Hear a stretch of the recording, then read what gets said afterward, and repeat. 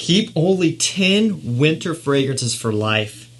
Toss the rest. But with the twist, if you've been around on my channel for any amount of time, chances are you could probably have a pretty good idea of what I would put in here, right? I think we could all agree there will be the obvious ones. And so instead, what I'm going to do is put the not obvious ones in. So the Spice Bomb Extremes, the Armani Coat Absolus, the Rojas Mustache Eau de Parfums, the Parfums de Marly Laytons, none of those.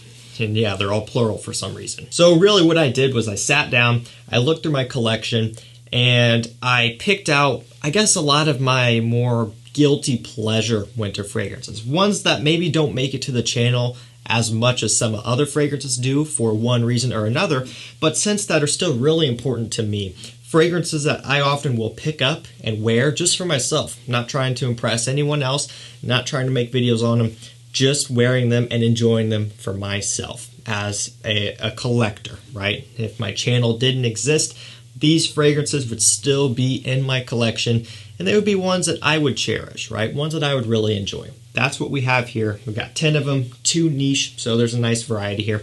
And I will link them all down below as well, along with the FragranceNet 35% off code link. So you can click that, it'll automatically apply.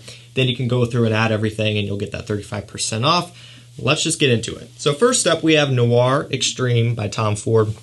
So this is kind of like the gentleman's gourmand fragrance. Very classy, very sweet, very creamy, inviting. You know, just a gourmand. Something that's kind of edible, kind of sexy, kind of tasty. But yet it is still a Tom Ford. It still exudes a level of class and sophistication that you don't normally get from gourmand fragrances for men. So this will be your ticket to success if you are tired of a lot of the new sweet fragrances being put out. You know, the tonka bean, vanilla-based fragrances. A lot of times, you know, they can kind of run together and smell a little bit similar. I'm all for them. I love them, but I know some people get tired of them. And so if that's you, Noir Extreme is going to give you something that is a bit different. For me, it's one I'm always going to have around. I think it's a great wintertime scent, and I will definitely be holding on to this one. Next up, we have Kenzo Jungle. Cardamom, cinnamon, nutmeg, and sandalwood. This is definitely a more traditional take on a men's fragrance, and that's why I like it. So this is another thing where if you are becoming maybe a bit fed up with a lot of the new releases because they are sweet, maybe they are a bit unisex, maybe they're all starting to smell the same to you, and you want something more traditionally masculine, a woody and spicy men's fragrance, Kenzo Jungle is one you need to check out. And also, it's affordable, around $40, I believe. Could be a bit more, could be a bit less. I might be off on that a little bit, but kind of in that slightly less than mid-range price. So, you know, it's relatively affordable. And all things considered, this is a fantastic pickup. As soon as I pulled this one out of the box, I could smell it already, and I knew I was in for a treat. Sprayed it on the first time, and I was hooked immediately. Great, great stuff here. Great quality. Kenzo has some really, really well-done fragrances. And again, for the most part, they do all fall kind of in this affordable price range. Spicy, woody, masculine, traditional, and sexy. That's what this one's all about for me. One that I like to enjoy in the winter, spring, and fall. I guess it could kind of work for all of those, but you know, I also do think it really holds up when it's cold outside as well. Great, great stuff. This one brings a lot of happiness for me. This next one here, we have Armani Code A-List. Tonka bean, lavender, gaiac wood, and orange. So this one here is fitting into that Armani Code line. So I said no Armani Code Absolu, doesn't smell like Absolu. What this one is though, is it's almost like a little bit more of a smoky version of the original Armani Code. And I think that's coming from the gaiac wood here. It's a little bit more creamy, a little bit more woody, smoky, kind of mysterious. It's a very, very nice scent. It's a great flanker that is heavily shadowed by a lot of the other ones. Absolu Profumo, you know, Colonia, the new EDP. But there is such a level of smoothness to this one, and richness and creaminess that I think is almost unparalleled. I really do like A-List. You know, you get a little hints of orange in here, also adding to that creaminess. It is a very addicting, sexy, and alluring fragrance for wintertime, one that I want to hang on to. Up next, a fragrance from Parfums de Marly. So it's not Layton, it's not Carlisle. Those would have been pretty obvious. But one of my other favorites, and that is Herod. For tobacco lovers, This is going to need to find its way into your collection at some point. It has to. Tobacco, vanilla, incense, cinnamon, it's really all you need to know. It is such a hard-hitting, ultra sexy tobacco fragrance. I absolutely love it. This is going to be my scent of the day, so I'm going to wait to spray it up in the air. I don't want to waste sprays of this. I am conservative of this stuff for sure, because it's great, man. It's so well done. Nice red. It's a nice red cherried pipe tobacco. Some sweetness, some spiciness. Very sexy, very alluring, very masculine. And again, if you are a fan of tobacco and fragrances, you've got to get your hands on this one. Definitely full bottle worthy. It is an investment, but it's well worth it if you're into this sort of thing, because this also has a bunch of versatility behind it. If it's cold outside, you can wear it. Dressed up, dressed down, doesn't matter to me. Probably more so suited for dressed up, but I'll rock this one casually anytime. I don't care.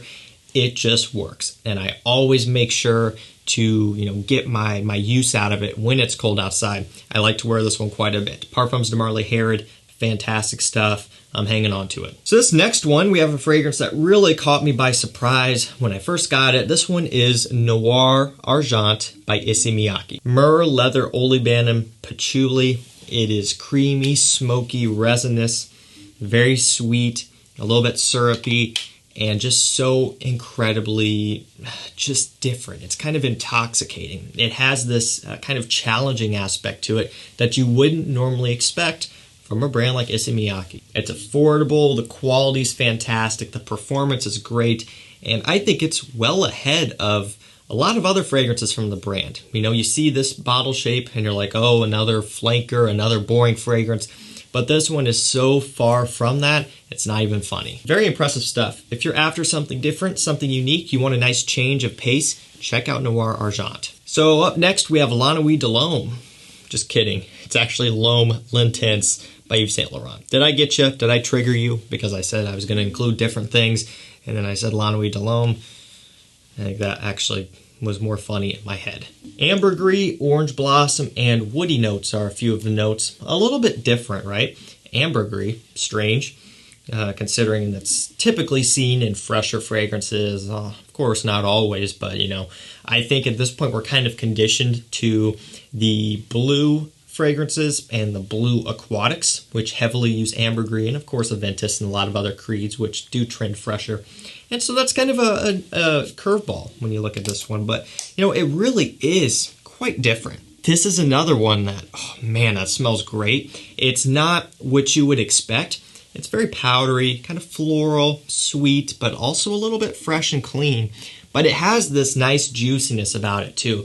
There's something about this one that's ultimately very head-turning, very different. So if you're tired of La Nuit de L'Homme, if you're tired of some of the other L'Homme flankers, which may be a bit boring to you, and you want something truly different, check out L'Intense. It's slept on, but in my opinion, it is a nice pickup if you know what you're getting yourself into.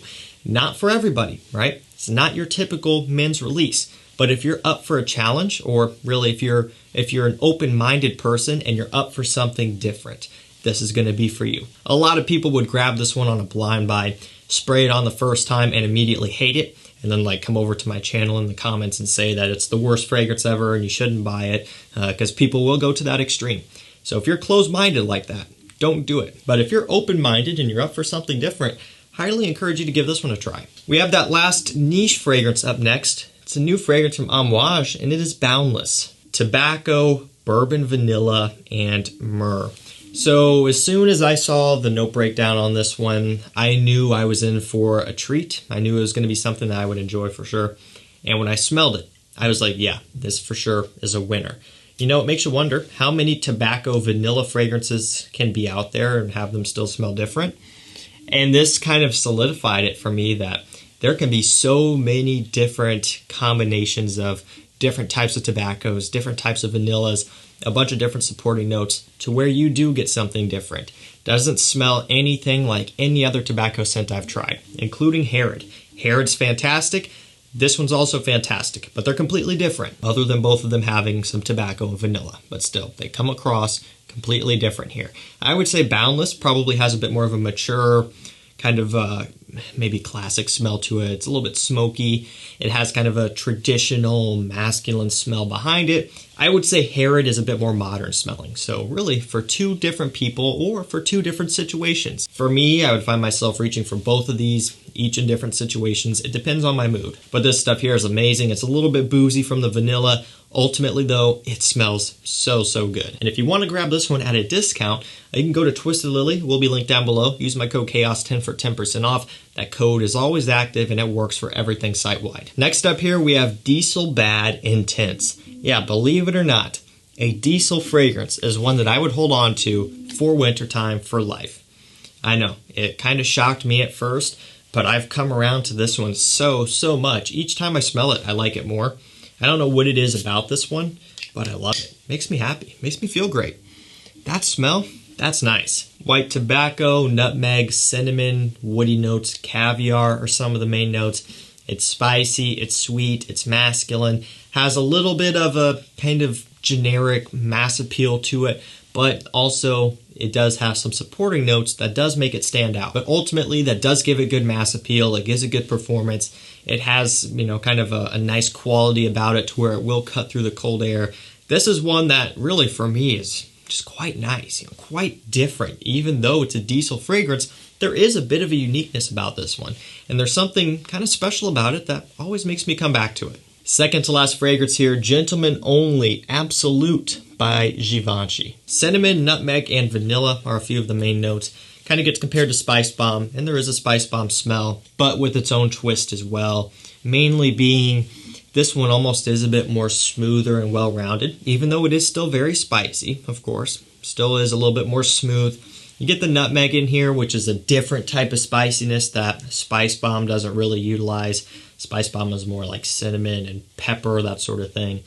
So, you know, it does have some different varying levels of notes in here to make it a bit separated from Spice Bomb, but yet it still does share some characteristics. The vanilla gives it a nice sweetness. It also helps to make it more smooth, more inviting, more well-rounded, that sort of thing. Even though it is very spicy, like I've said a million times now, it does have this kind of warming, inviting, cozy smell to it. This smells great for the holidays, for Christmas Eve, for New Year's. This is a very nice fragrance to wear, you know, kind of festive, kind of holiday themed. To me, it smells great, and it's also more affordable than Spice Bomb. So it's one that I like to keep around and wear if I just want a little bit of a different take on that DNA. And hey, last fragrance for this video, we have Impact Intense by Tommy Hilfiger, their newest release. Apple, chestnut, and 3 different types of cedar wood are some of the main notes here. Strange, I know, 3 different types. I don't really distinguish between the 3 different types of cedar wood, but I do know there is a good amount of woods here. This one gets compared a little bit to Parfums de Marly Layton. And actually, I do agree to some extent. I think it has some similarities for sure. Also, some key differences, mainly being it doesn't quite have the same amount of richness as Layton, right? And that would be expected. Layton's much more expensive, but it's almost like a kind of a toned back version of Layton, just with a little bit of a different twist, and also much more affordable. I really like it. I think it's a great scent, you know, very unique, and definitely well done from Tommy Hilfiger. A lot of times they're putting out aquatics and boring stuff, but this one, there's something about it that makes you come back for more. For me, I think it's really nice, especially given the price. I think it can only get better because the price will continue to go down. Once it does fully hit discounters, I think it'll be a very, very competitive pickup. Alrighty guys, that's gonna do it for me. Keep 10 winter fragrances for life, toss the rest, but not so obvious ones. There are a couple in here that may be a bit more obvious than others, but ultimately try to throw in some stuff that just isn't on the channel as much as some others. Remember, I will link these all down below so you can pick them up along with that fragrance at 35% off. And I do want to hear from you. Drop your list down below. What are 10 winter fragrances that you can't live without? If you could only keep 10 and toss the rest, what would they be? Drop it down below. Stay safe, stay healthy, take care, spend some time with your friends and family, and we'll see you tomorrow with another one. Take care.